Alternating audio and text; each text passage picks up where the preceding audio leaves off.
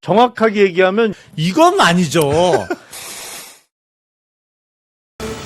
보도본부 사이다 헤드라인. 네, 반갑습니다, 치장님. 네, 그럼 바로 출발해 보겠습니다. 네. 먼저 동기 민동기 선임 기자님 어서 오십시오. 생방동자 띵굴입니다. 네, 반갑습니다. 고맙습니다. 자, 그리고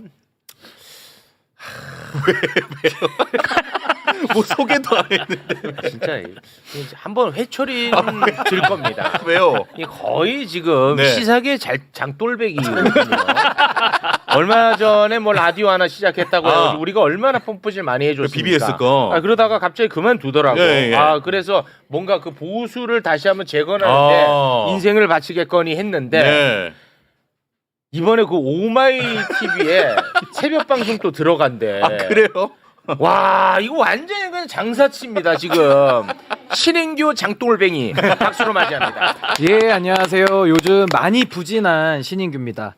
제가 요즘 뭐 사리사욕에 대한 이슈도 있고 예. 또 많이 칼날이 무뎌졌다. 예, 왜 많아요. 폭탄이 안 터지냐. 그런 이슈 고장나냐. 많아요 지금. 예. 특히나 우리 김용남 의원님의 대활약 때문에 제가 맞아요. 많이 위축이 되고 그거 사실이에요. 진짜로. 예. 그래서 제가 어쨌든 더 오늘 분골쇄신 더 네. 심기일전 해가지고 네. 더 열심히 하도록 하겠습니다. 네. 신인규입니다. 아 진짜로 그 신인규인지 최진봉인지 헷갈린다는 글이 많이 올라옵니다. 요거 정확하게 할 텐데 예. 최진봉 교수님은 봉의 라인, 봉의 시대고요. 저는 보수의 종말, 종라인, 라인이 좀 다릅니다. 다릅니까? 예, 구별을 네. 좀 부탁드립니다. 알겠습니다. 자 그리고 하염없이 전화를 기다리고 있습니다. 김용남 유튜버 박수로 맞이합니다. 네, 안녕하세요. 전화 다이어트 중인 김용남입니다. 전화 받다가 지금 살이 쪽쪽 빠지고 있어요. 진짜 빠지신 것 같아요. 예. 식음을 전폐하고 쳐다보고 있습니다. 전화 안 오네요. 진짜 기다리시나 보네요. 전화 안 옵니다. 네. 계속해서 한번 기다려주시길 바라겠고요. 예. 자 그리고 최상병 특검이 드디어 이제 수사를 시작을 했습니다. 네, 맞습니다. 관련 이야기를 나눌 귀한 한 분을 저희가 모셨는데요. 박정훈 대령이 외롭지 않게 옆에서 함께 싸워주고 계신 분입니다. 네. 처음부터 지금까지 이분 정말 대단한 게요. 최상병 특검에서 진실을 함께 좀 파헤쳐 보는 게 어떻겠느냐. 예. 이런 이야기가 나올 때 나는 공정성 시비가 일 수 있기 때문에 나는 가지 않겠다. 네, 네, 네. 김용남하고는 달라. 완전 결을 하셔. 달라. 나는 공정성 시비가 일 수 있기 때문에 나는 가지 않겠다라고 천명했습니다. 왜 또 그렇게 비교해? 참 진짜 훌륭하신 분입니다. 네, 김정민 변호사님 박수로 맞이합니다. 반갑습니다. 매불쇼에서는 처음 뵙겠습니다. 예. 아유 뭐 과찬을 너무 많이 해주셔가지고 저러다 또 언제 공격할지 몰라. 또 옆에서 또 얄밉게 또 보자지라 그래. 우리 김정민 변호사님은 이제 워낙 점잖은 분이기 때문에 예. 매불쇼가 뭐 하는 곳인지 어떤 곳인지조차 모르고 나오신 겁니다. 그건 사실이죠. 좀 상당히 적응이 잘 안 돼요. 적응 안 돼요. 적응하면은 망가집니다. 옆에서 연기하고 있고. 예. 적응 끝까지 하지 말고 떠나주시면 될 것 같습니다. 예. 근데 저와는 그 최상병 사건이 처음 터졌을 때 그때 제가 더 라이브에서 만났었거든요. 예. 그때 인터뷰를 했었어요. 그때 대한민국 언론에서 주목하지 않았던 사건이야. 근데 처음 조명한 거예요. 그럼 내가 그걸 어떻게 기억하는 줄 알아요? 그때 최상병 사건을 다뤄야 된다. PD가 얘기를 하는 거야. 이거 관심도 없는 거 왜 해? 내가 그랬던 기억이 있어. 그래서 내가 기억하는 겁니다. 근데 실제로 그때 언론사에서 아무도 조명하지 않았어. 예. 그때 우리 변호사님과 함께 인터뷰를 했었는데 우리 변호사님은 저를 기억하실지 모르겠네요. 기억합니다. 아, 최근에 다시 돌려봤기 때문에 도라이브를 또 다시 보셨군요.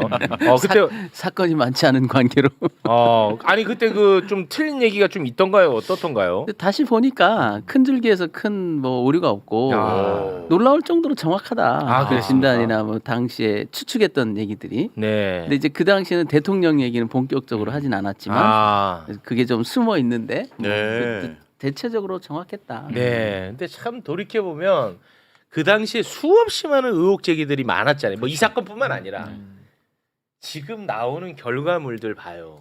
그때 그 의혹이 다 사실이야. 다 맞아요. 맞아. 다 사실이야. 네. 그때 뭐 음모론이다 뭐다 했던 애들 그렇죠. 지금은 또 자기들도 그 의혹 제기 한 사람들처럼 목에 핏대 세우고 소리 지릅니다. 내가 뭐라 그랬냐 맞잖아 어. 이러면서.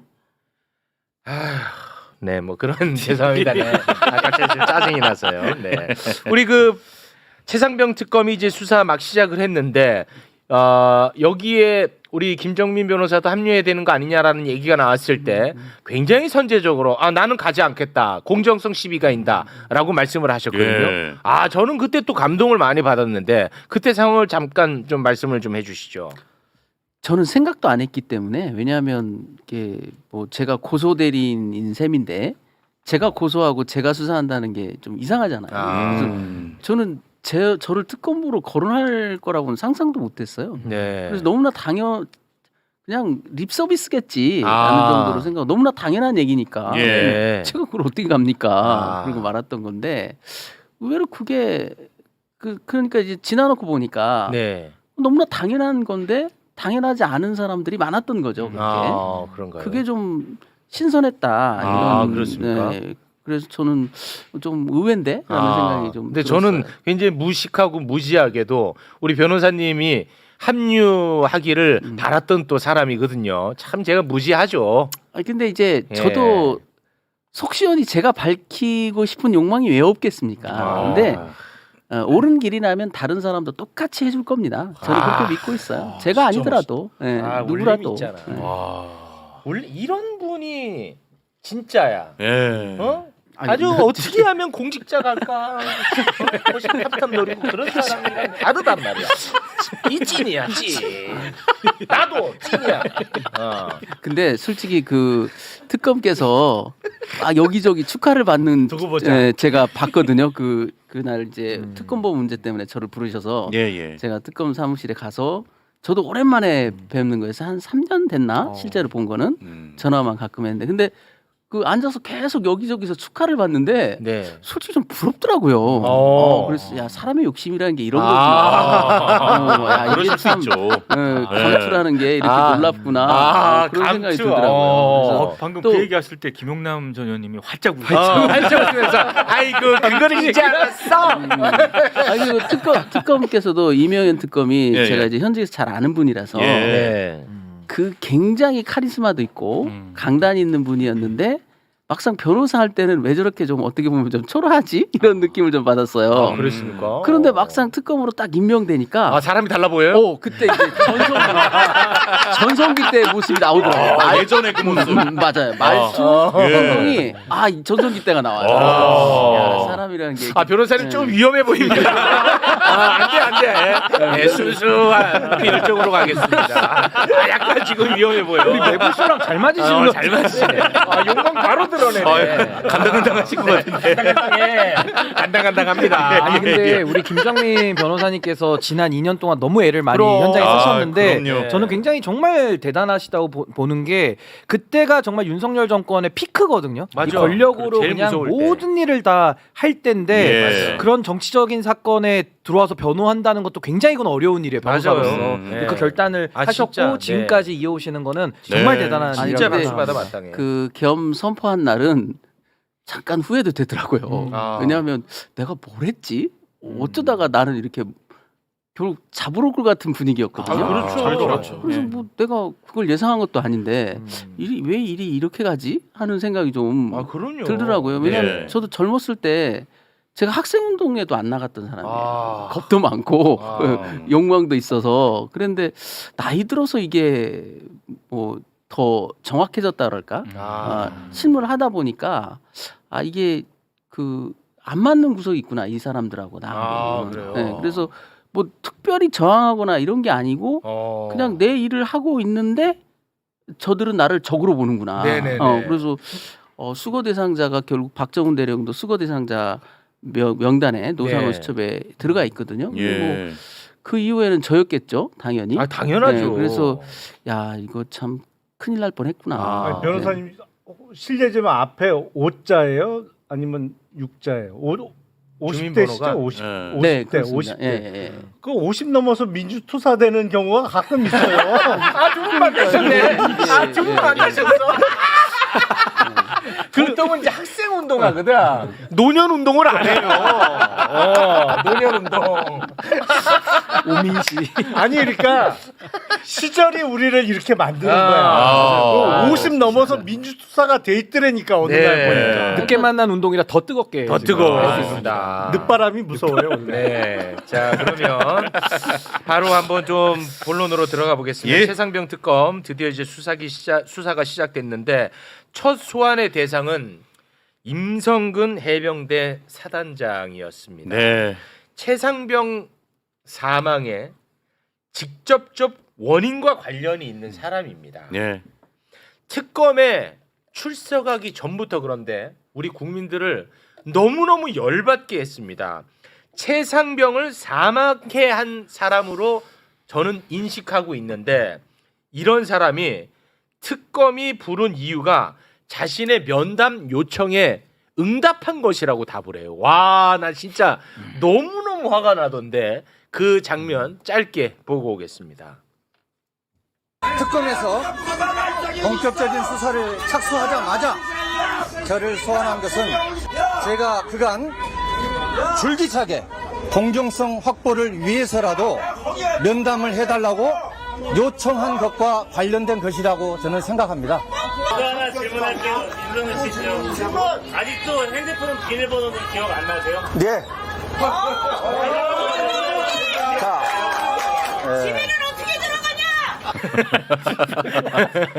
아, 참 뻔뻔하다 진짜. 아니 진짜 이 사람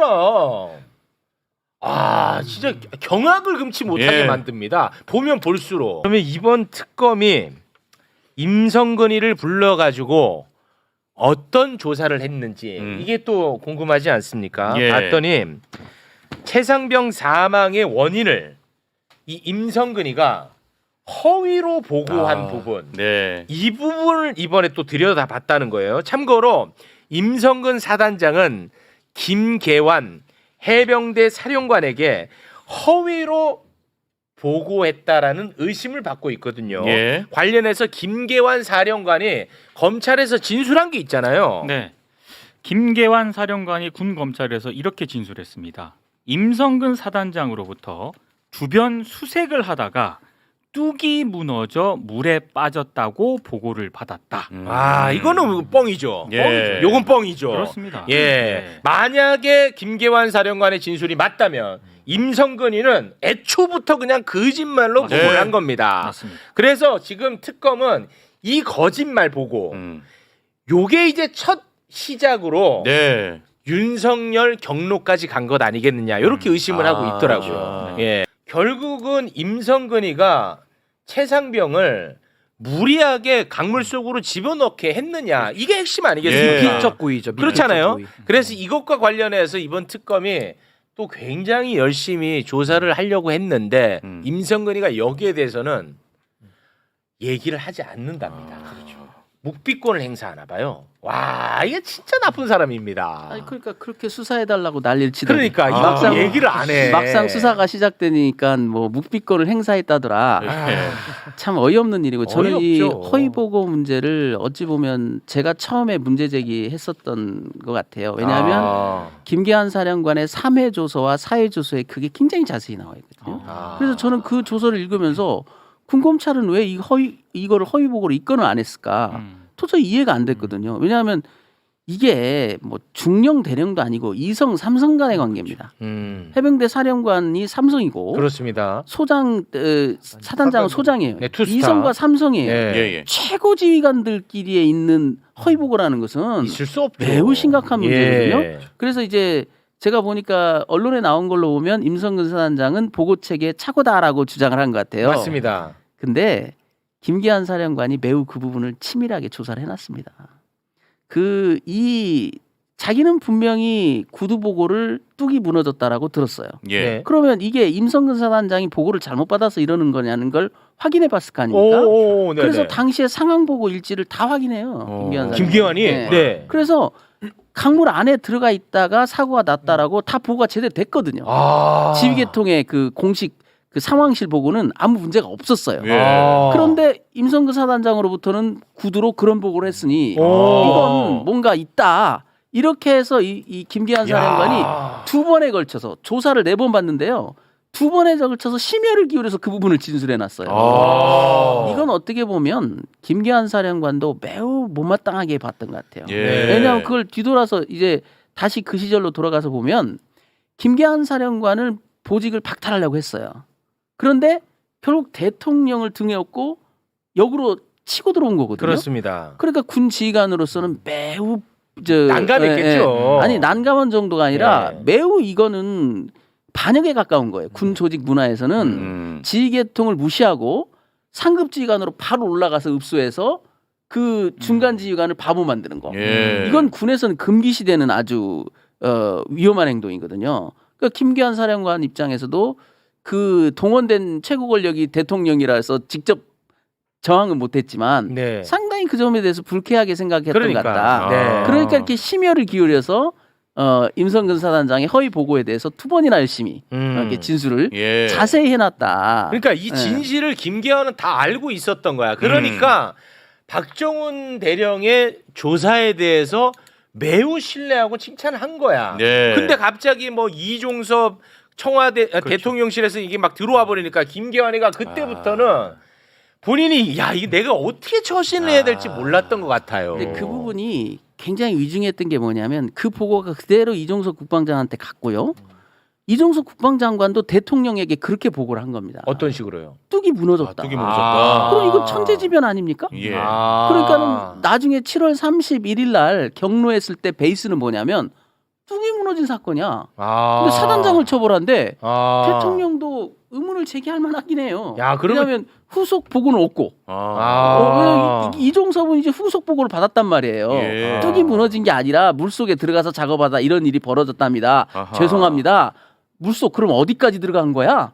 무릎입니다. 허리입니다. 아, 그 중간이구만. 이게 정리된 7월 30일 날 보고 핵심이었어요. 뚝 무너진 거 아닙니다. 물에 들어갔습니다. 어디까지 들어갔어? 무릎입니까? 허리입니까? 그런데 사진으로 보니까 무릎과 허리 사이군 이랬다고요. 네. 그런데 그 부분이 대통령한테는 보고가 안 돼요. 그럼 대통령 어떻게 알겠습니까?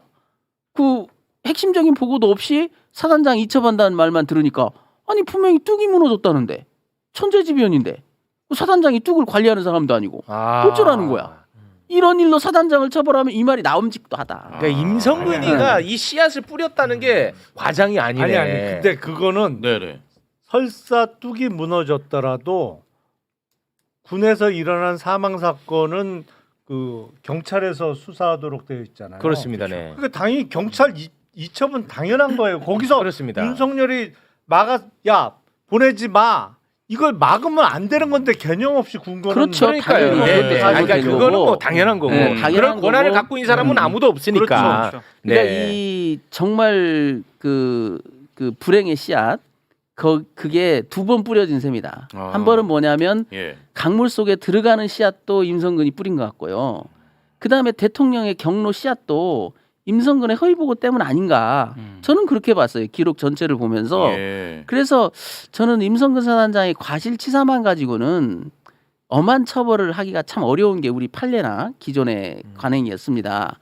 그런데 이분은 고의범이 있다는 얘기예요. 바로 이 허위 보고랄지. 네, 그렇지. 나중에 문제 될지는 모르겠습니다만 또 그 진술을 왜곡하는 그런 측면도 좀 있고 예. 이게 더 위중하지 않느냐. 네. 근데 저는 음. 방금 말씀하신 건 대체로 동의하는데 하나 조금 이제 덧붙이고 싶은 것은 이런 허위 보고가 있어서 윤석열 입장에서는 임성근이를 구명해줄 나만의 명분이 하나 더 생겼던 거지. 큰 맥락 속에서는 윤석열은 임성근이를 무조건 구명할 이유가 뭔가가 있었던 거예요. 그렇죠. 예, 그게 나는 본질이라고 보거든요. 이게 이게 별개야. 무너졌던 안 무너졌던 그렇지. 근데 그렇죠. 내가 얘를 살릴 만한 명분이 허위 보고가 하나가 있었던 거지. 근데 정확하게 뭔지는 모르겠지만 뭐 김건희를 통해서든 뭔진 모르겠지만 임성근이를 살려야 된다라고 하는 민원은 있었던 거죠. 요거는 우리가 갈라서 봐야 됩니다. 핵심은 허위 보고와 아까 제가 말씀드렸던 그 다른 해병들의 생존 해병들에 대해서 입틀막 했던 이런 은폐 부분 이런 것들은 이게 진짜 고위범으로서 한번 수사를 해볼 충분한 전 단서가 된다고 봅니다. 그래서 네. 특검을 하자고 했던 거죠. 그렇습니다. 그리고 전 정부에서 막은 이유는 바로 그것을 못 밝히게 하려고 네. 이 연유가 무엇이냐라는 걸 못 밝히게 하려고 그래서 단순한 하나의 해프닝으로 끝내려고 했던 것이 실패로 돌아간 거죠. 네. 그래서 지금 이 특검이 발족을 했고 이 특검은 바로 그걸 밝히기 위한 특검 아니겠습니까? 그렇습니다. 네. 사실 이 특검에서 임성근 사단장의 과실치사는 이미 전제된 사실이에요. 제가 주목했던 부분이 뭐냐면 수사팀에 대구지검이 합류하느냐를 제가 촉각을 곤두세우고 봤어요. 네. 이 특검에 네. 합류했지 않습니까? 네. 이 얘기는 뭐냐면 대구지검이 경북도경으로부터 사건을 송치받고 나서 네. 임성근 사단장의 혐의가 없다라고 그쪽으로 기울었다면 이 특검에 가담하지 않았을 거예요. 근데 이 특검에 제가 알기로는 굉장히 적극적으로 참여를 원했다는 거거든요. 네. 그건 뭐냐?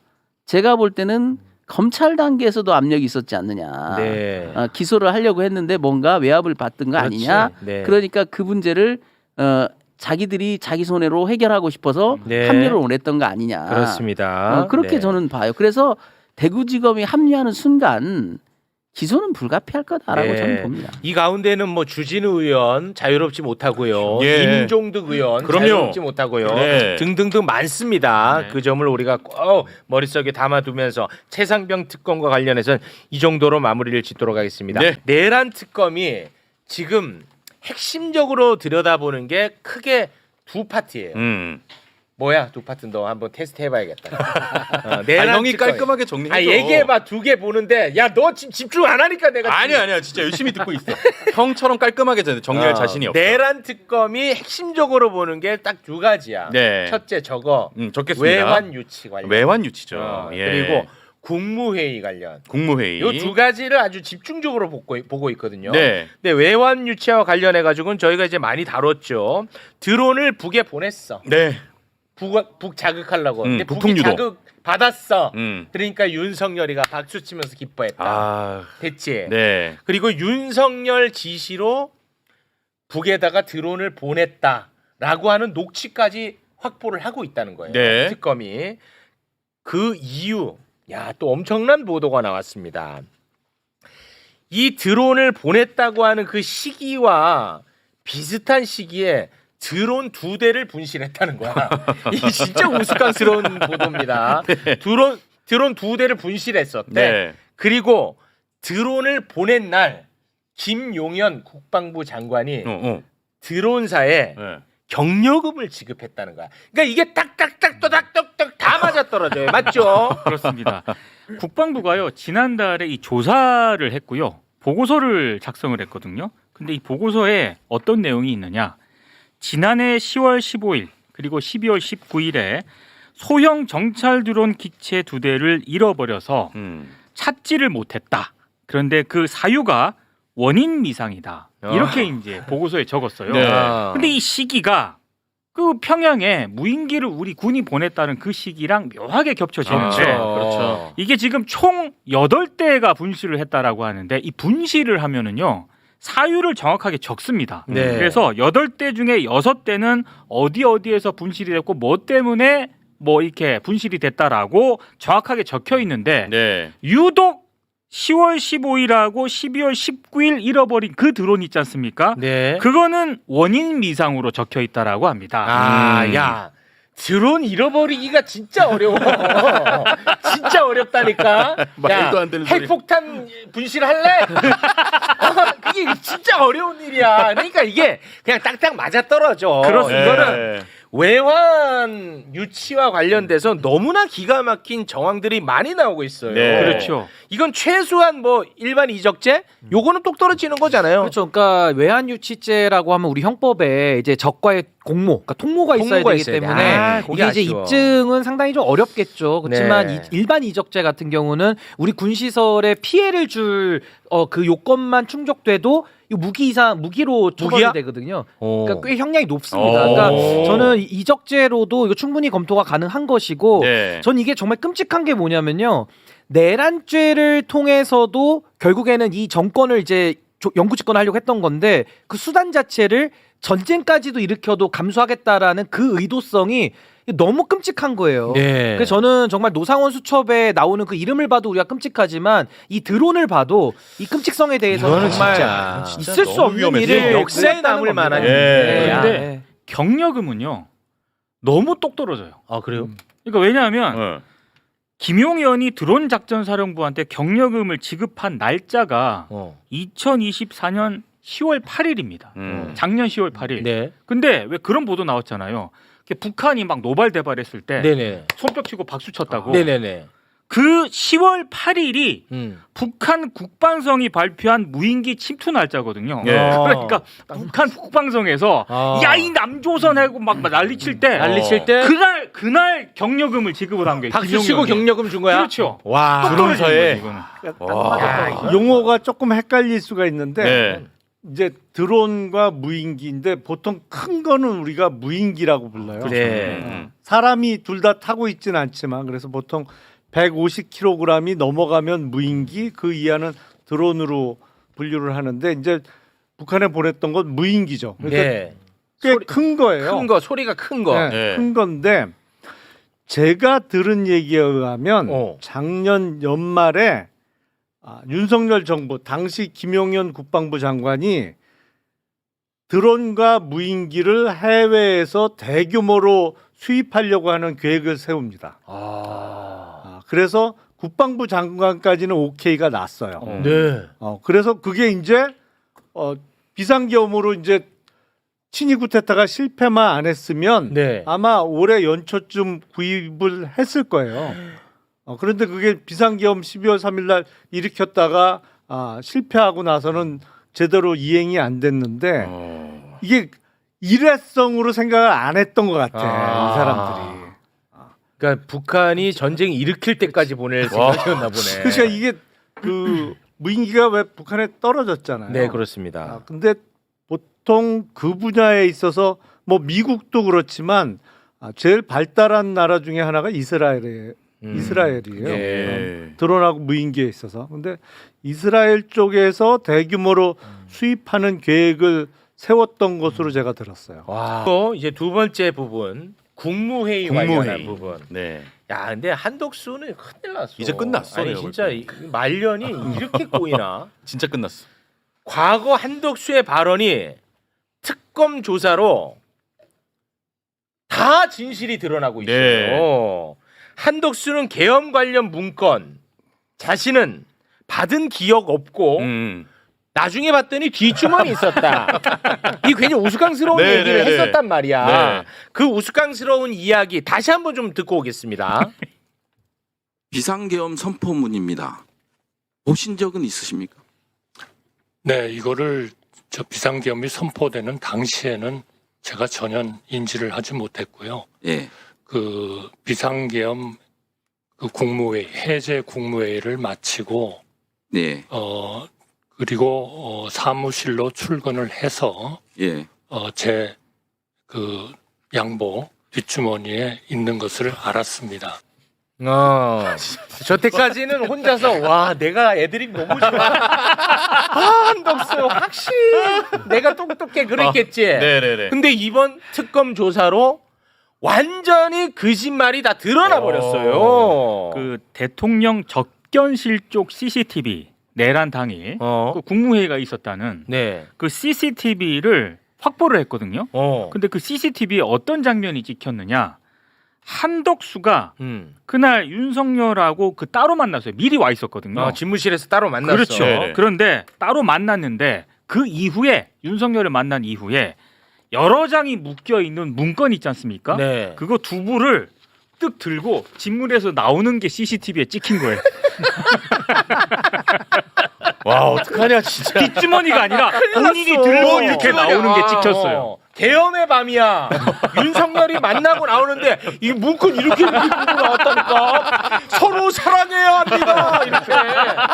이게 CCTV 걸렸어. 아 이거 끝났지. 이 끝났어 끝났어요, 이제. 이거. 그리고 또- 오윤혜 너 무조건 면회 가라. 그리고 또 찍힌 게 있는데 네. 다른 국무위원들이 오기 전에 한덕수가 먼저 왔잖아요. 네. 다른 국무위원들을 기다리고 있는 듯한 모습도 CCTV에 찍혔습니다. 아, 이제 끝났어. 네. 자, 그리고 한덕수는 계엄의 밤 때 예.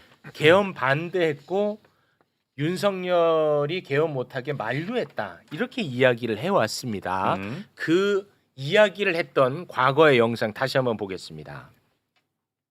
12월 3일 저녁에 대통령실 도착 이후에 인지하였습니다. 그 자리에 가서 윤석열의 쿠데타를 막지 못했죠? 반대하는 의사를 분명히 했고 또 우리 국무위원들을 소집해서 국무회의를 명분으로 우리 대통령님의 그런 의지를 설득하기 위해서 노력을 했습니다. 자, 이거 본인이 이제 만류하려고 했다는 거잖아. 네. 근데 이게 거짓말일 확률이 매우 높아졌습니다. 왜냐? 예. 자, 한덕수가 윤석열 아까 만났죠. 예. 그리고 뭐 국무회의 같지도 않은 거 했죠. 그리고 윤석열이가 아유 뭐 됐어. 나는 그냥 선포할래 하고 혼자 선포하러 갔죠. 네. 그때 한덕수는 이제 총리실로 갑니다. 총리실에 가서 거기 이제 국무조정실장이 있어요. 예. 그 사람을 만나. 근데 그 사람을 만나 가지고 했던 이야기를 그 국무조정실장이 수사기관에서 다 폭로를 해버렸어. 예. 그 내용 전달해 주시죠. 그때 한덕수가 국무조정실장에게 이렇게 얘기를 합니다. 이제 총리실로 왔어요. 네. 아이고 계엄 선포하려면 국무회의 심의를 거치도록 되어 있지 않냐. 근데 심의가 뭐요? 과반수 찬성이요. 근데 찬성하는 사람이 없었는데 그러면 괜찮은 거요? 라고 계속 물어봤다는 거죠. 반대를 한 게 아니라 그때 계엄의 요건을 제대로 갖춰야 그렇죠. 된다. 그걸 일일이 확인을 했다는 거죠. 총리실로 와가지고 반대하고 만류한 게 아니고. 네. 이 혹시 요건에 안 맞으면 어떡할까? 그렇죠. 돌린 거야. 그러네. 우리 대통령님 계엄 요건 맞아야 되는데 했던 거야. 이거 어떡합니까 이제? 아니 한덕수가 만약에 실제 계엄에 반대했더라면 국회에서 계엄 해제 요구안 통과시키자마자 바로 국무회의 그렇죠. 소집해가지고 그렇죠. 바로 그냥 이거 계엄 끝내야 될 해제를 거 해야죠. 아니야. 예. 해제해야 될 거 아니야. 근데 어. 국회에서 계엄 해제 요구안이 가결되고 네. 나서도 한덕수는 국무위원들을 소집하지 않아. 소집하지 않고 발 동동 굴리고 있는 거야. 네. 그러다가 시간이 1시간이 지납니다.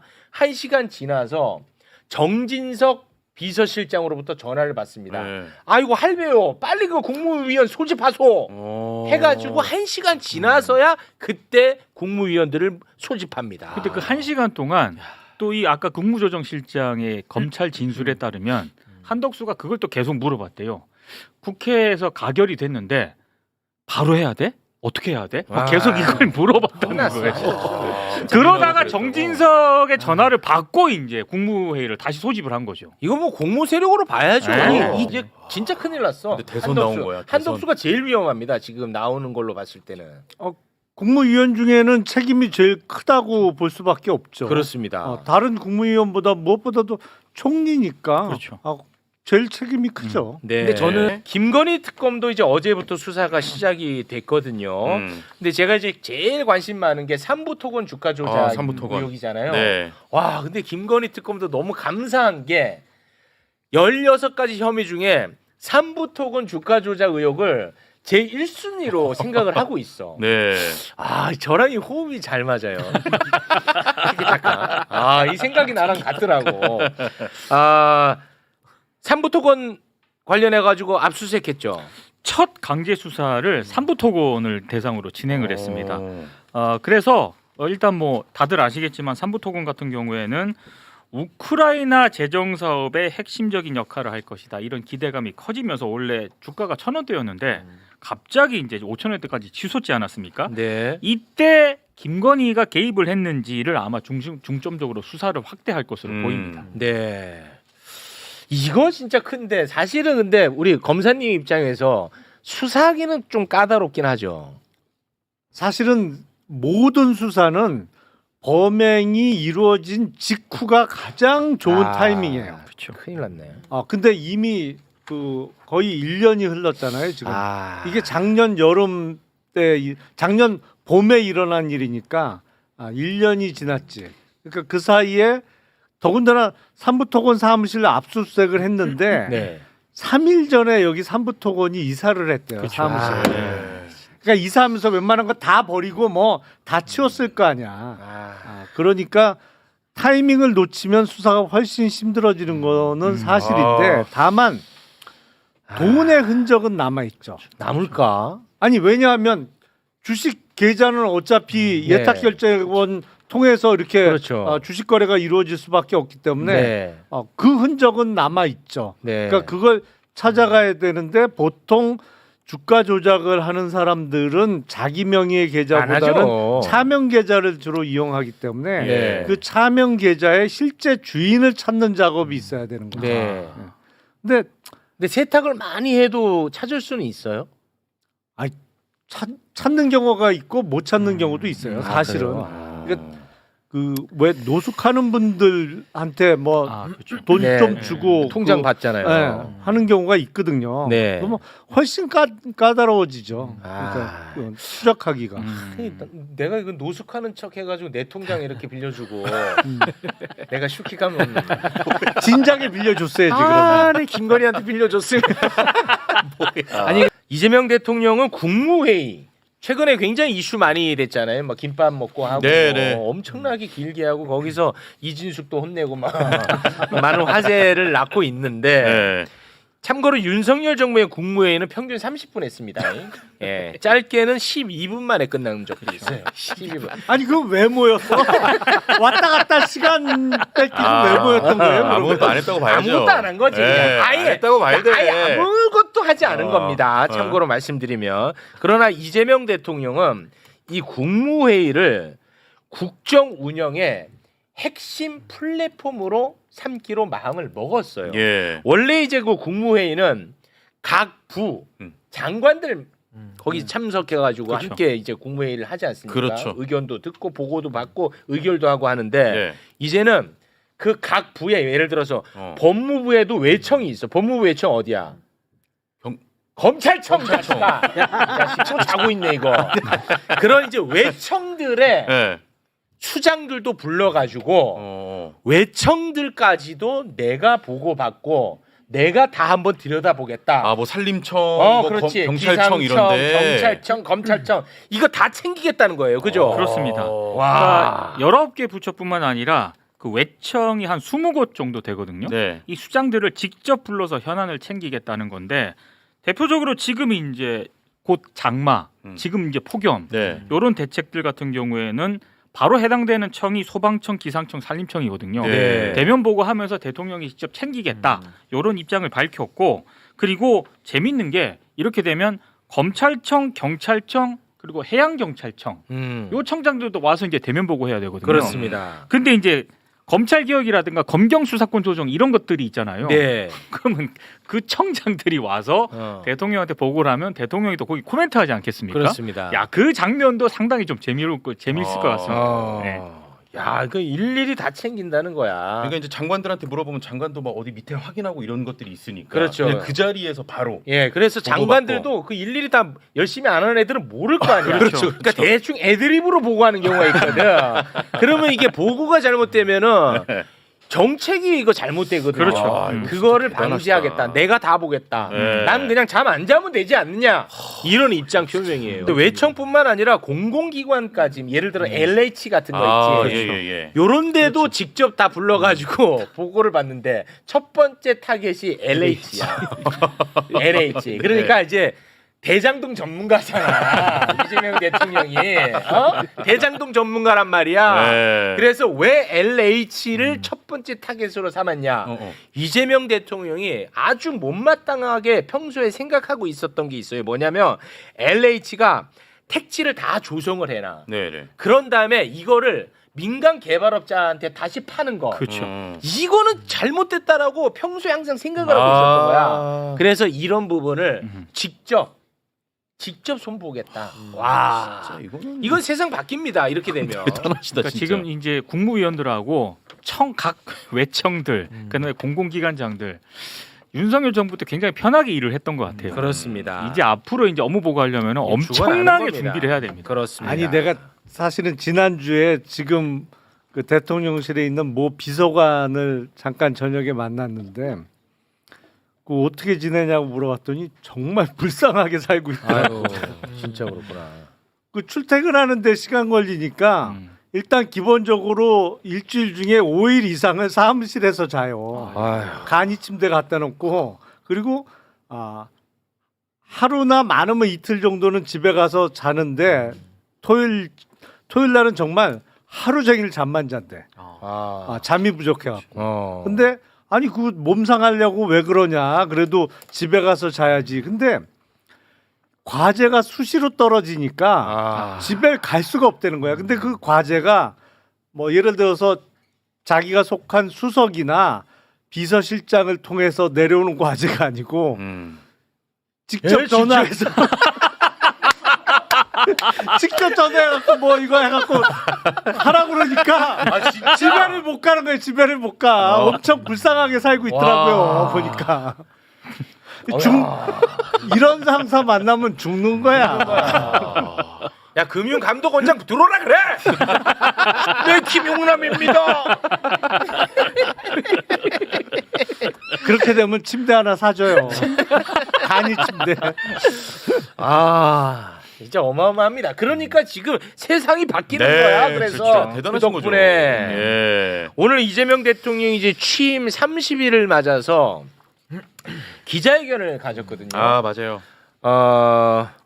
기자회견 질의응답 시간이 이제 재밌는 게 많은데 네. 거기 또 연설이 좀 있었는데 뭐 짧게만 그거는 소개해 주시죠. 모두 발언이 있었는데요. 크게 이제 민주 한국의 기환 이 부분을 강조를 했고 예. 그다음에 3대 특검이 출범을 했는데 내란을 완전히 종식하고 헌법 질서와 민주주의를 재건하는 데 핵심 역할을 해줄 것을 기대한다. 네. 이런 점을 강조를 했고요. 그리고 이제 앞으로 이제 여전히 갈 길이 험하다라고 하면서 몇 가지 강조한 것은 자본시장 선진화를 통해 코스피 5천 시대를 준비해 나가겠다. 네, 이런 저랑 점- 약속한 거죠. 그렇습니다. 네. 그리고 부동산 시장 안정화에도 힘쓰겠다. 예. 그리고 국토 균형 발전, 산업 균형 발전 이런 부분도 강조를 했고 네. 특히 사회적 참사의 진상 규명 그리고 반복되는 산업재해 재발 방지책 마련 이런 국민의 일상적인 안전이 있지 않습니까? 네. 이런 부분에 대해서도 앞으로 강화를 해 나가겠다. 예. 이런 취지의 어떤 보도 발언이 좀 있었습니다. 네. 그리고 이제 그 기자들과의 질의응답 시간이 있었는데 거기에서 이제 취임 30일에 소회를 밝힌 부분이 있어요. 네. 근데 이때 이제 아까 말씀하신 워커홀릭 그런 면모가 다 드러나. 맞아. 와, 나 깜짝 놀랐어. 예. 그냥 눈 뜨고 눈 감았다 눈 뜨면 금요일이 돌아온다는 거야. 한 주가 금방 간다. 근데 너랑 완전히 다른 게 뭐냐? 또 뜨면 그 보통은 너는 맨날 주말만 기다리잖아. 그렇죠. 저 그렇잖아. 주말만 기다리죠. 예. 근데 이재명 대통령은 주말이 너무 고통스럽대. 주말 오는 게 너무 싫대. 왜냐? 예. 주말에는 일을 못 하니까.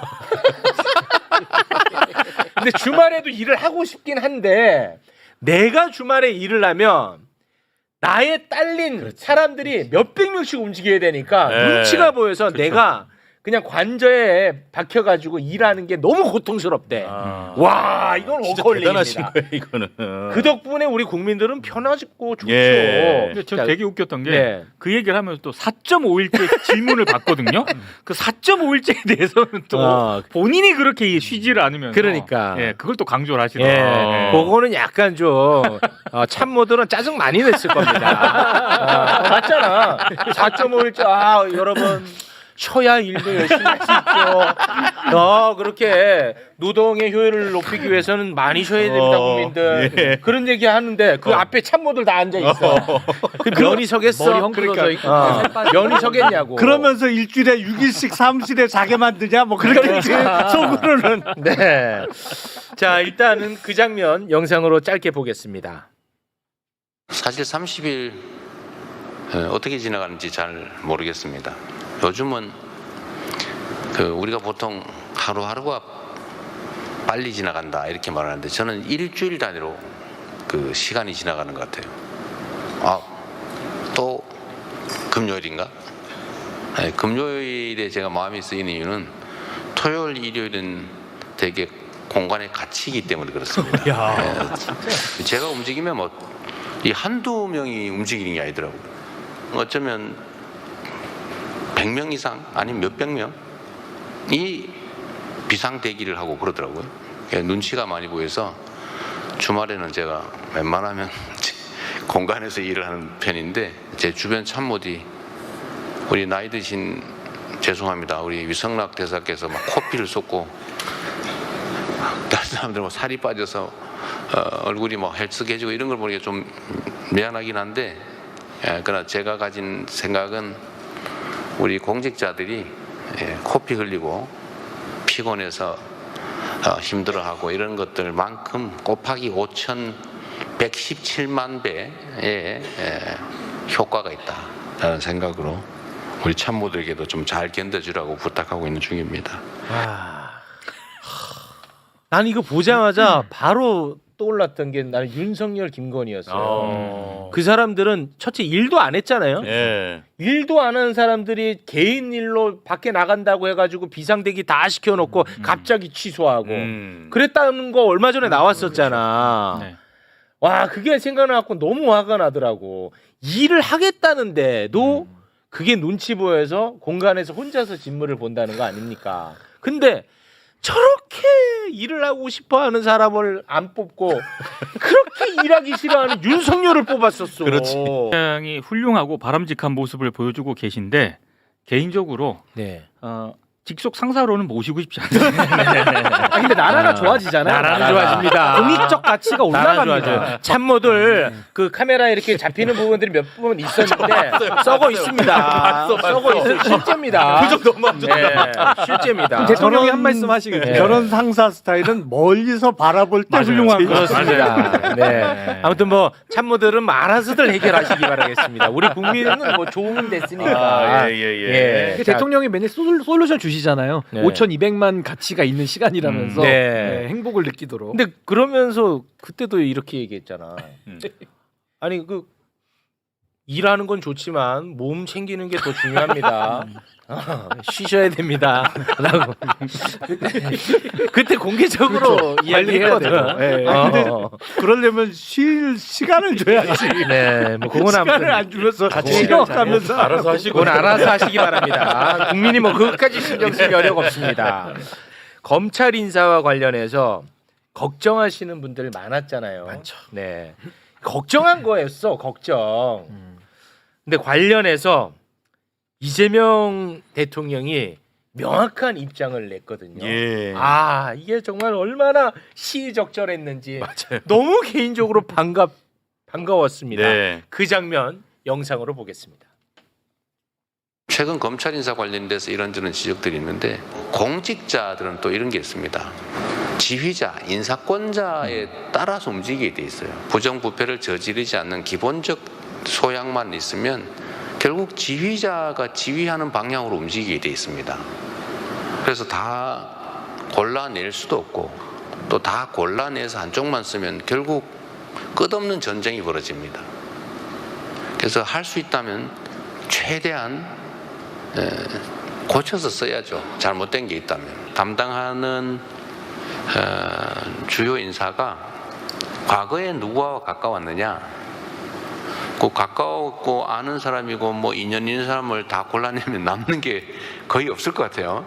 직업 공무원은 선출된 권력의 의사에 따를 수밖에 없어요. 뭐 안 따르면 바꾸면 되지 뭐. 와, 내가 이게 왜 그렇게 기분 좋고 왜 반가운 줄 압니까? 네네. 소통이 되고 있다는 거야 지금. 이재명 대통령이 걱정하는 부분에 대해서 다 알고 있는 거야. 걱정 호루라기 불어 호루라기가 들리고 있어요. 대통령실에서 우려를 이걸, 듣고. 정확하게 다 알고 있어. 예. 걱정에 대한 이야기가 다 들어가 있잖아. 그러니까 이제부터는 이제 이재명 대통령이 알고 있으니까 이제는 걱정보다 우리는 이제 지켜보면 됩니다. 어떤 인사가 문제 있는지 우리 다 봤잖아요. 예. 이제 그런 인사들이 검찰 개혁에 방해를 하는지 안 하는지 우리는 이제 지켜보고 그렇죠. 기대하고 있으면 돼. 그렇죠. 난 그게 너무 반가웠어요. 검사님 어떻게 보셨습니까? 아니 당연한 말씀이에요. 네. 사실은 그 전에 누구랑 같이 근무한 적이 있다? 다 빼고 나면 뭐가 남아요.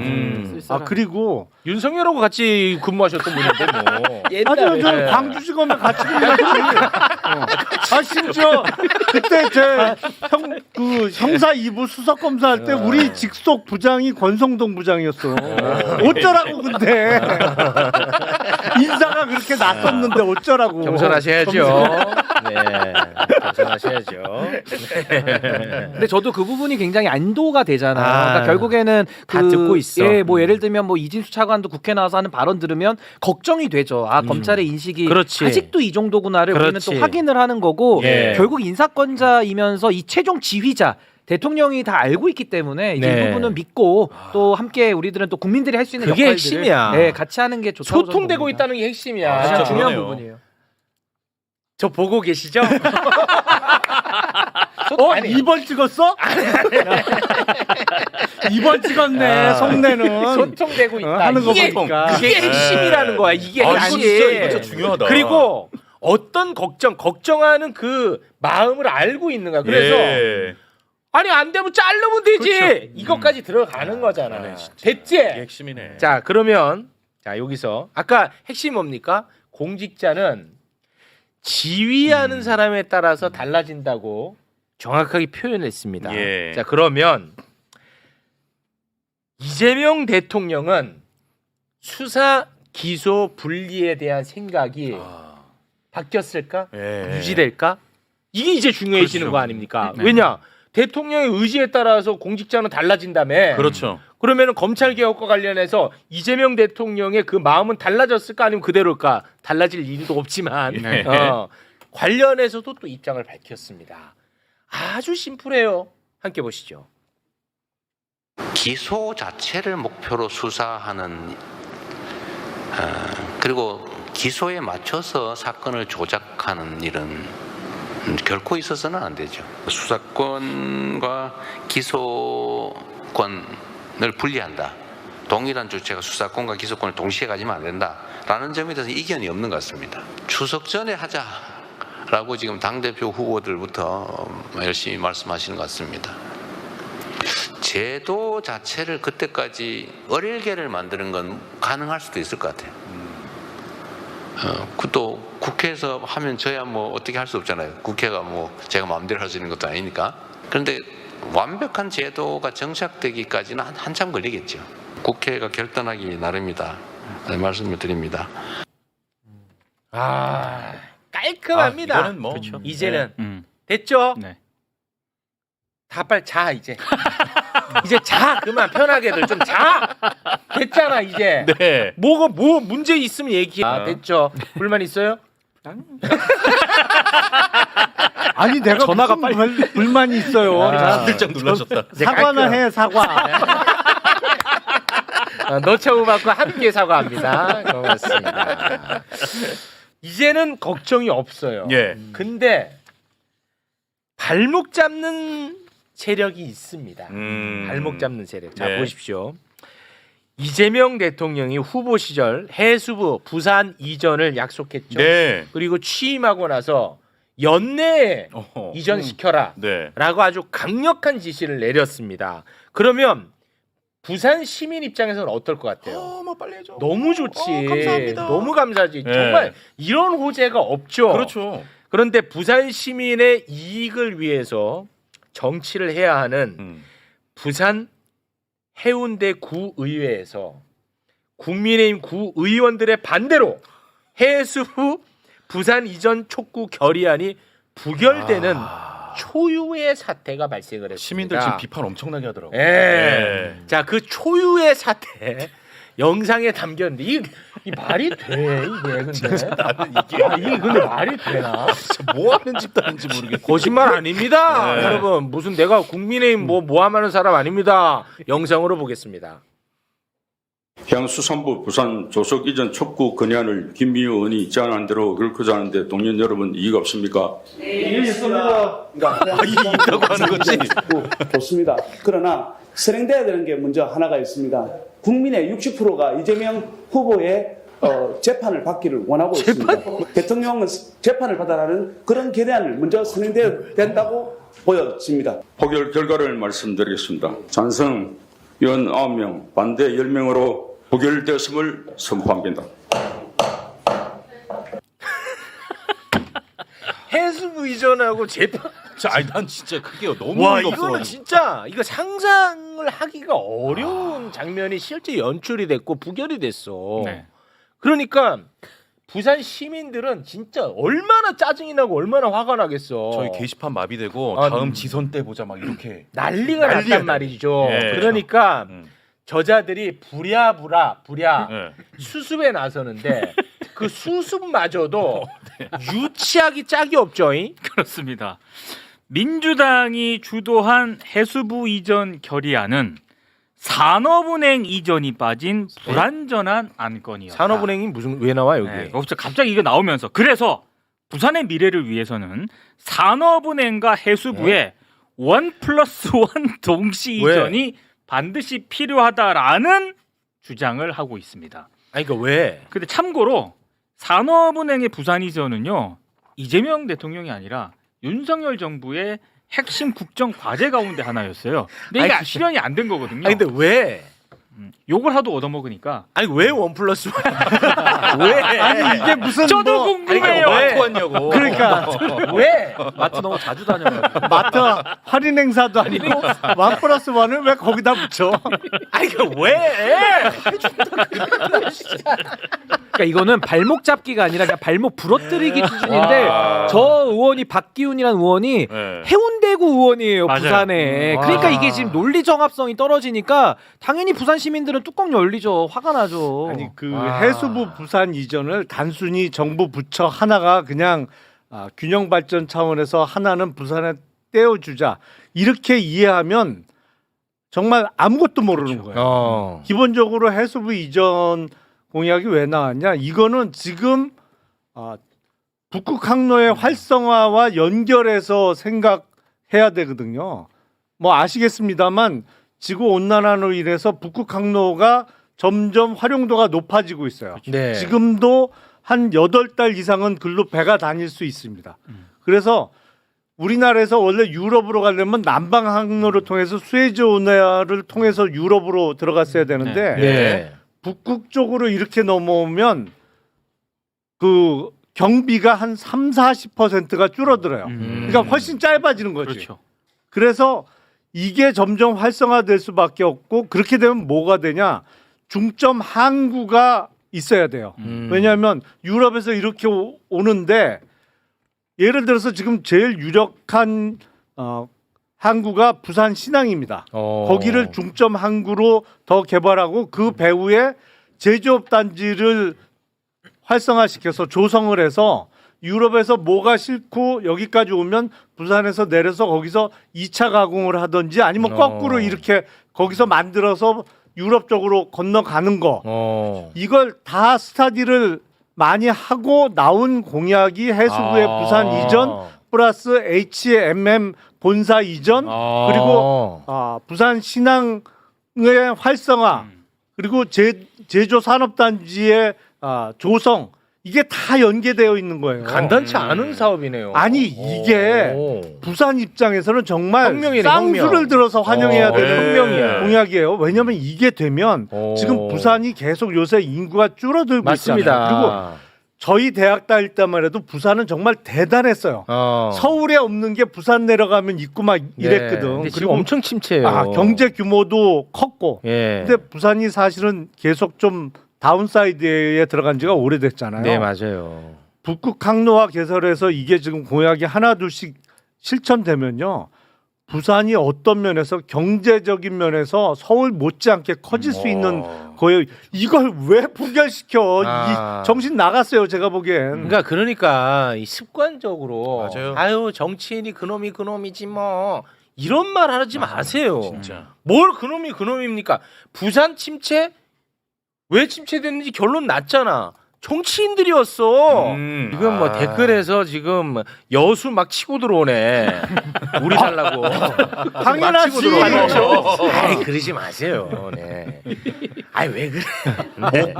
목포 또 치고 나오네. 아이 그러지들 마시고. 아니 가까운 곳도 네. 막 치고 나와요. 뭐 울산. 울산은 한번 해볼 만하지. 울산. 또 그렇게 아니 근데 부산에서 반대를 구의원이 하면 안 되는 거야. 아니 그러니까 그렇죠. 뭐, 아니 굳이 반대하겠다고 하면 다른 곳을 적극 검토해 볼 수도 있는 거죠. 그러니까 진짜 제발 부탁입니다. 뭐 정치인이 그놈이지 이런 말 하지 마세요. 제발 좀. 투표 잘하셔야 돼요. 투표. 완전히 바뀌잖아. 부산이 왜 이렇게 힘들어지냐? 하소연하지 마시고 투표 잘하시면 되잖아요. 투표. 아 진짜 속 터집니다. 자, 국민의힘이 이렇게 또 발목 잡고 있다는 점 꼭 여러분이 기억을 해두시고요. 지금부터 또 국민의힘이 어떤 식으로 코미디를 하는지 이야기를 나눌 텐데 이건 약간 좀 경제 이슈랑 연결이 돼 있기 때문에 지금부터는 박시동 평론가도 함께 조롱하겠습니다. 네, 박시동 평론가 어서 오십시오. 네, 안녕하세요, 박시동입니다. 네. 이건 경제 이슈, 정치 이슈뿐만 아니라 경제 이슈 같이 들어가니까 같이 조롱 가져야 됩니다. 네, 웃을 일 알겠습니다. 아닙니다. 네, 가볍게 조롱하겠습니다. 네. 리박스쿨 관계자를 국회로 끌어들였던 조정훈 국민의힘 국회의원. 예. 아 하필이면 내가 사는 지역구 의원이야. 조정훈은요 양복 입고 넥타이 매고 넥타이. 말투가 좀 나긋나긋합니다. 예. 조용조용하고 그래서 얼핏 들으면 말처럼 들려요. 얼핏 들으면. 네. 자세히 들으면은 그냥 다 공해입니다. 예. 진짜 심각합니다. 여러분 이거는 진짜 세상에 다 퍼져나가야 됩니다. 조정훈은 국민의힘 의원이야. 예. 알지? 예. 그리고 불과 며칠 전까지 국민의힘이 여당이었어. 기억나지? 예. 그리고 지금 현재 장관들은 윤석열 정부 장관들이야. 네. 조정훈의 꽁트 지금부터 시작됩니다. 함께 보시죠. 지금 부동산 난리 났습니다. 일주일 동안 6월 네 번째 주 일주일 동안 서울 성동구 아파트 가격은 0.9%, 제가 사는 마포구는 0.98% 뛰었습니다. 월간이 아니고 주간이에요. 이걸 1년으로 바꾸면 67% 뛴 겁니다. 6억짜리 아파트가 10억 된 겁니다. 좋아할 일이 아니죠. 우리 서민들, 청년들 4억을 벌 수 있는 그 기간이 평생 아니겠습니까? 왜 이렇게 민주당만 집권하면 부동산 가격이 폭등합니까? 우리 국토부 누구 나와 계십니까? 예, 국토부 장관입니다. 예, 왜 그런 거예요? 민주당만 집권하면 부동산이 폭등하는 이유가 뭡니까 도대체? 뭐 특정 정당하고 부동시장을 직접 관계하기는 어렵습니다만은 하여튼 사실이잖아요. 역사적으로 보면 민주당 정부 시절에 부동산 가격이 올라간 건 사실이죠. 다른 상황이 있었습니다. 차관님, 제 질문하고 있습니다. 태어난 지 한 달도 안 된 정부 또 여전히 국민들이 그냥 폭등하는 부동산을 따라잡으려고 지금 다들 힘겨워하십니다. 근데 이거를 대책을 내놓은 게 지난주 아주 폭탄 대책을 내놓으셨죠. 6억 이상 대출 못 받게 하는 거. 자, 이거 한 가지만 물어볼게요. 국토부에서 대통령실하고 상의하셨어요?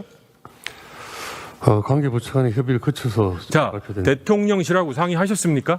상의한으로 알고 있습니다. 제가 볼 때 6억 이상 주담대 금지하고 나면 그렇다고 15억 이상, 20억 이상 부동산 거래 금지할 건 아니잖아요. 그럼 국토부 차관님이신가요? 현직 국토부 장관입니다. 심지어 윤석열 때 임명된 장관인데 아니 리박스쿨에선 저런 거 안 가르쳐요. 왜 모르고 나오는 거야 자꾸. 스쿨인데.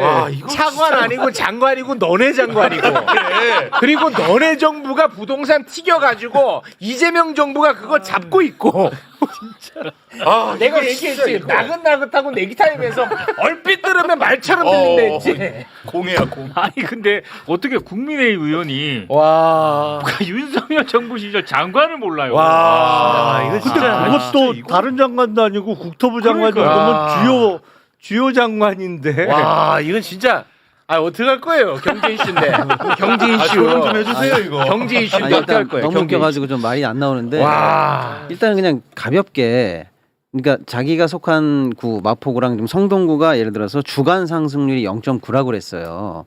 1년이면 52주거든요. 근데 이걸 1년 합산하면 67%래요. 1 곱하기 52는 1 곱하기 52는 52%거든요. 네. 계산기도 고장. 이게 이건 이 곱하기가 기본적으로 안 되는 거에서 제가 딱 한 번 걸렸고요. 그다음에 갑자기 왜 한 달도 안 된 정부 때문에 부동산 값이 오르냐라고 하는데요. 지금 22주 연속 상승입니다. 네. 이 정부 출범한 지는 4주 됐고요. 네. 그렇습니다. 아니, 자기네 정부 임명했던 장관 아니에요? 아니, 할 것도 없어. 수도 없이 얘기했지만 윤석열 정부에서 대출 완화해가지고 맞아요. 부동산 폭등시켰다고 맨날 얘기했고 네. 실제로 그래서 폭등했고 그거를 잡는다고 이번에 대책을 내놨는데 네. 이제는 반대로 얘기하고 있어요. 왜 민주당만 잡으면 폭등하냐고 그러고 왜 대책 내놨냐고 또 뭐라고 해. 완전히 요렇게도 이상하고 저렇게도 이상해. 와 이거 어떡하냐. 아니 그리고 일주일에 0.98% 올랐는데 1년이면 67%라는 것도 뭐 산수적 문제가 나왔지만 아니 그런 식으로 계산하면 오늘 하루에 삼성전자 주가가 3% 올랐는데 삼성전자 그러면 1년 후에 주가는 그러면 1000% 오르는 거야. 하루에 3% 1년이면 1000% 넘잖아. 아 그런 식으로 계산하는 법이 어디 있어요? 아니 세계은행 출신 맞아요. 조정은 대단합니다. 네. 아니 저렇게 그 자기 정부의 장관을 욕하는 거 보니까 저 사람 또 민주당으로 당 옮기려고 하는 거 아니야? 막 습관적으로 옮기거든. 아 하필이면 그 내가 사는 지역구의 국회의원이라 우리 동네 가면 다 조정훈이야. 현수막이 투표 좀 똑바로 하십시오. 아 진짜 많이 좀 알리고. 죄송합니다. 네. 부산만 보라고 하지 말고. 아, 죄송합니다. 전국에서 다 투표 잘해야 돼. 아, 네. 아, 죄송합니다. 방송 때문에 열심히 해 가만 보면. 아, 죄송합니다. 네. 아, 요거는 오늘 뭐 좋았어. 야 치고 들어오네. 아 죄송합니다. 너 어디야 지역구? 너 얘기해. 나 영등포구야. 아 영등포구야. 이번에 그 국무총리 된 것 같던데. 네. 맞아? 국무총리 인증. 자 그리고 이재명 정부에서 이제 곧 민생회복 소비 쿠폰을 이제 지급을 할 텐데요. 이것도 제가 우리 방송에서 수없이 얘기했잖아. 뭐 네. 신용카드 등으로 받을 수 있다고 수차례 얘기했잖아. 수차례.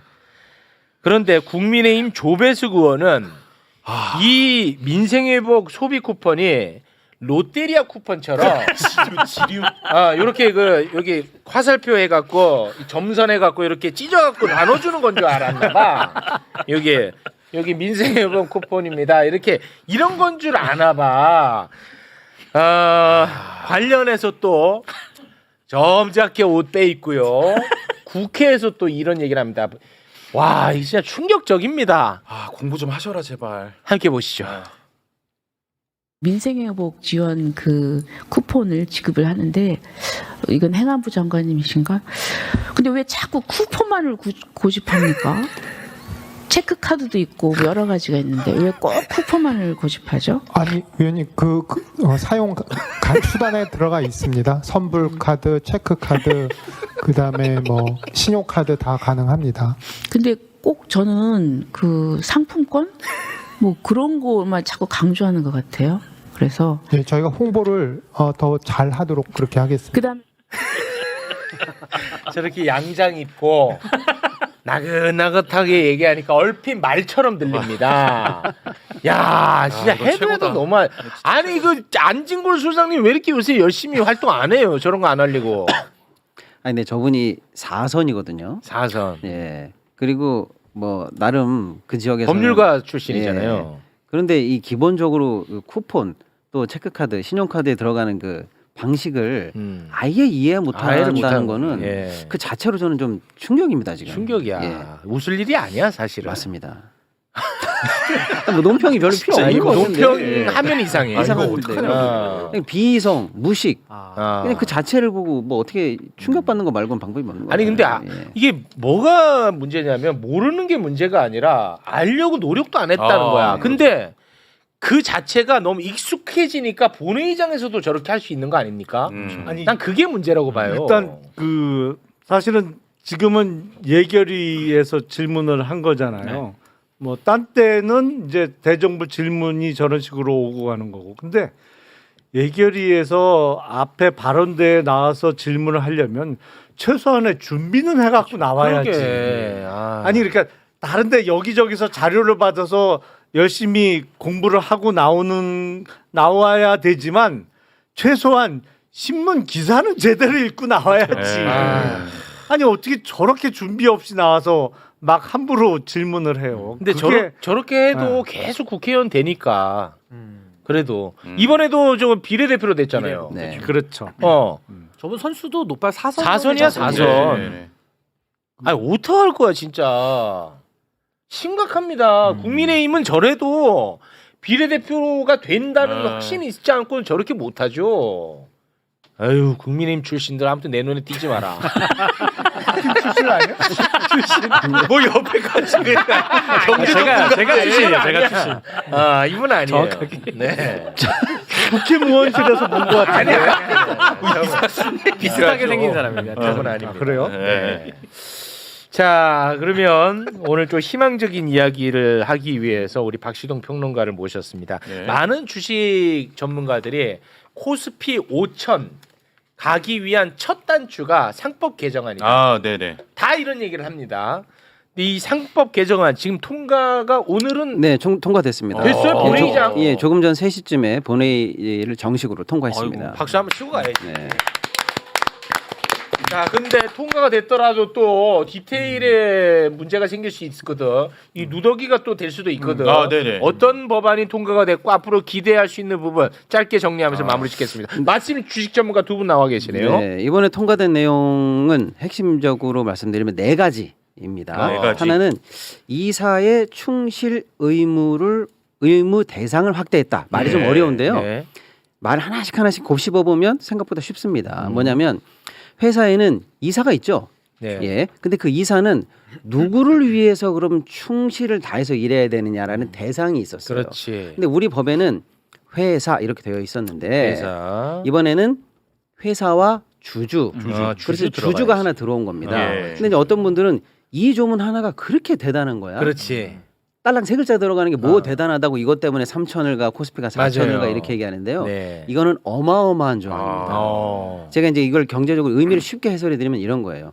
여기 검사님 계십니다. 네. 예를 들어 검사가 회사가 뭐 대표가 뭘 잘못했어요. 잡으러 가. 그래가지고 당신 이러이러한 경영 판단했는데 감옥 갈래? 그럼 이제 기존에는 그 이사들이 이렇게 얘기했어요. 이게 바로 회사한테 손실을 입히지 않았다는 증거입니다. 딱 입증하면 거기서 아 그렇군요. 안녕히 계세요. 그리고 나와야 그렇지요. 됩니다. 근데 이제는요. 하나 더 물어봅니다. 그거 말고 하나 더 있지 않아? 주주에게도 손실을 입히지 않았다는 걸 증명해야지. 왜? 이번에 통과된 상법은 뭐냐? 그동안 당신에게는 회사를 위해서 최선을 다해야 된다는 의무 하나가 있었는데 오늘부로 의무가 하나 더 생겼어. 그렇지. 주주에게도 최선을 다하는 게 의무야 당신은. 예. 그 의무에 최선을 다했고 그걸 면할 수 있다는 증빙을 해내지 않으면 당신 경영 판단 잘했다고 우리 인정 안 해. 그렇지. 이런 세상이 되는 거예요. 그러면요. 그런 판단을 마지막에 요구받으면요. 시간을 거꾸로 올라가서 처음에 어떤 경영행위를 할 때부터 네. 이제 생각하게 됩니다. 그렇죠. 이거 회사한테 손해나는 거야? 주주들한테 손해나는 거야? 이걸 처음부터 생각하는 걸로 완전히 다른 세상으로 가는 거예요. 그렇습니다. 그러면 그동안은 뭐였냐면요. 주주는 경영 판단의 대상이 아니었던 거예요. 그렇습니다. 신경 쓸 필요가 없는 존재. 네. 투명 인간. 존재하지만 진짜 이름 없는 투명 인간이었는데 오늘부로 우리는 사실상 자본시장에서 생명을 부여받은 거예요. 저 그 정도라고 봅니다. 이제 고려의 대상이 된 거예요. 고려의 대상이 된 겁니다. 그래서 첫 단추라는 표현을 하는 이게 겁니다. 시작입니다. 예. 그러니까 엄청난 사실은 법안이 일단 시작된 거고요. 네. 두 번째는 전자주주총회가 의무화됐습니다. 이거 뭐 단순히 테크니컬한 어떤 조항 아니야? 이렇게 생각하실 수 있는데 그게 아니에요. 네. 우리나라에 있는 상장회사들의 주주총회는 다 3월 마지막 주에 몰려 있어요. 그러니까 여러분이 딱 차트 열어가지고 나 주식 한 10개 갖고 있는데 주주총회 한번 가봐야 되겠어라고 하는데 못 가요. 왜? 다 한날 한시에요. 한날 한시에. 9개는 가려고 해도 못 가. 예. 왜 이렇게 됐을까요? 담합 아닌 담합입니다. 못 오게 하는 거예요. 그렇지. 그리고 어쩌다가 그걸 내가 하나 딱 정했다. 그래서 가면 어떻게 되게요? 입구 컷이에요. 명부가 안 맞네요. 만석이네요. 잘 안 돼요. 문 열고 들어가면 어떻게 될게요? 다 직원들이 앉아 있어요.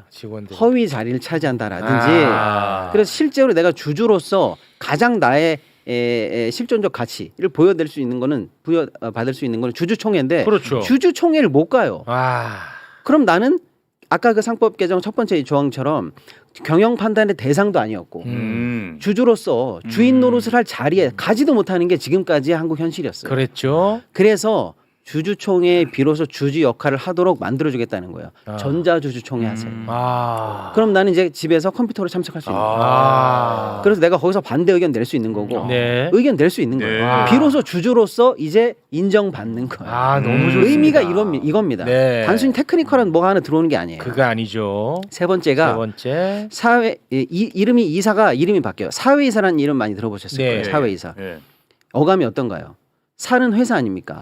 왠지 얘는 회사 밖에 있는 사람, 손님, 바깥 사람, 남처럼 느껴지지 않아요? 그 네임이 사실은 굉장히 중요한데 이번에 이름이 바뀝니다. 독립이사로 바뀌어요.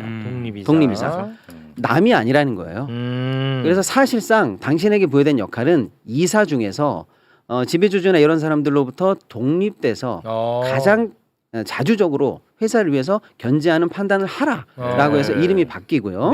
한편으로 예를 들어서 2조 이하 회사들은 그동안 예전 명칭으로 사회이사를 총수의 4분의 1 이상만 뽑도록 되어 있는데 이번에 독립이사로 바꾸면서 3분의 1 이상으로 강화합니다. 더 많이 뽑으라 이거예요. 그러니까 레드팀이 강화되네요. 레드팀이 강화되고 명칭까지도 아예 독립성을 부여하는 걸로 바뀐다라는 거고 네 번째가 가장 크게 사실은 좀 여야 간에 쟁점이 됐었던 3% 룰인데요. 이 뭐야? 조금 어렵죠. 여기 조금 어려운데 요 정도는 아셔야 우리가 이제 부자 됩니다. 요건 알아야 됩니다. 뭐냐면 회사의 임원은 이사하고 감사 둘이에요. 이사하고 감사 원래가 이사 감사. 그래서 감사는 뭐 하는 이사는 쉽게 말하면 경영하는 사람이고 감사는 요거 잘하나 못하나 감시하고 체크하는 사람이 감사죠. 근데 작은 회사는 감사 한 명이면 돼요. 근데 제가 쉽게 설명드리면 삼성전자 같이 큰 회사에 감사 한 명 있으면 이상하지 않아요? 감사 제대로 돌아갈까? 그렇죠. 그래서 큰 회사는 감사 역할을 감사위원회라고 두어서 위원회가 하도록 되어 있다. 이렇게 보시면 그 제도가 이해가 되실 거예요. 그런데 작은 회사 감사를 뽑을 때는 감사는 레드팀이니까 견제하는 사람 아닙니까?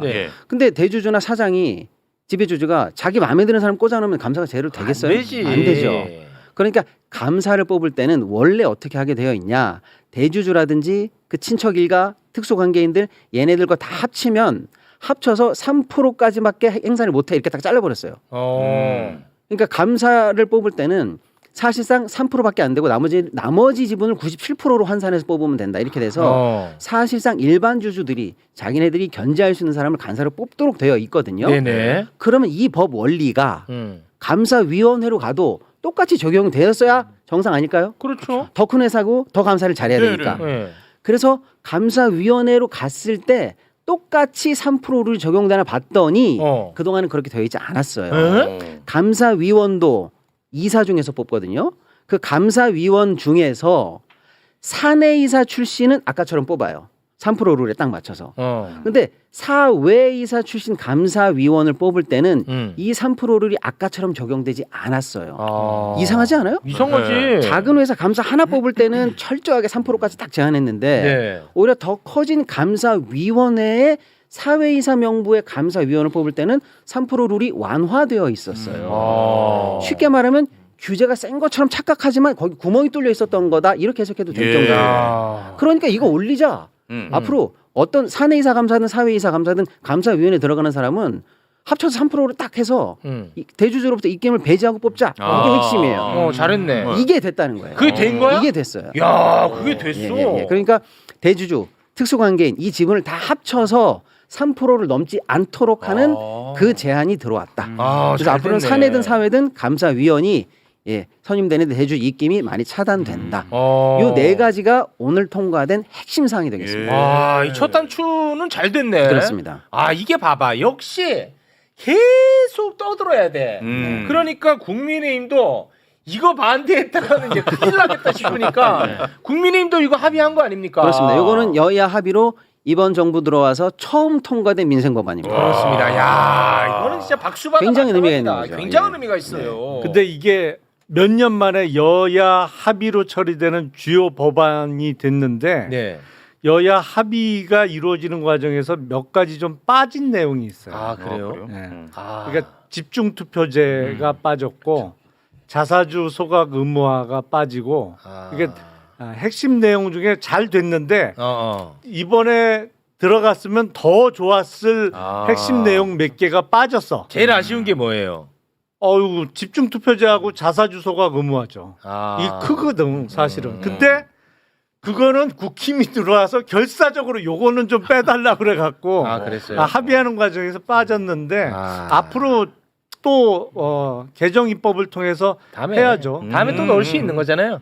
다음에 해야죠. 그리고 이제 배당소득 분리과세 정도까지가 되면 앞서 말씀드린 집중투표제, 자사주 소각 의무화 그리고 배당소득 분리과세가 뭐 조만간 아니면 내년에 되면 내년 12월 전에 우리가 코스피 앞에 숫자가 4자로 바뀌는 게 보일 거예요. 와, 미친다. 저도 방금 의원님 말씀에 100% 동의합니다. 그래요? 뭐 기업 실적, 수출 당연히 중요하죠. 네. 뭐 환율 당연히 중요한데 방금 말씀드린 오늘 첫 발을 낸 거고 네. 첫 술에 배부를 수 없지 않습니까? 그렇죠. 이번에 1차로 된 거고 나머지 개혁안이 순조롭게 완성되면 그 자체로 앞자리 4천 간다에 저도 500원 걸겠습니다. 지금 뭐 자사주 소각 얘기하니까 그 뭐 소각장을 설치해야 되는 거냐라는 의견들이 좀 많이 올라오는데 상법에 맞아요. 진짜 소각이에요.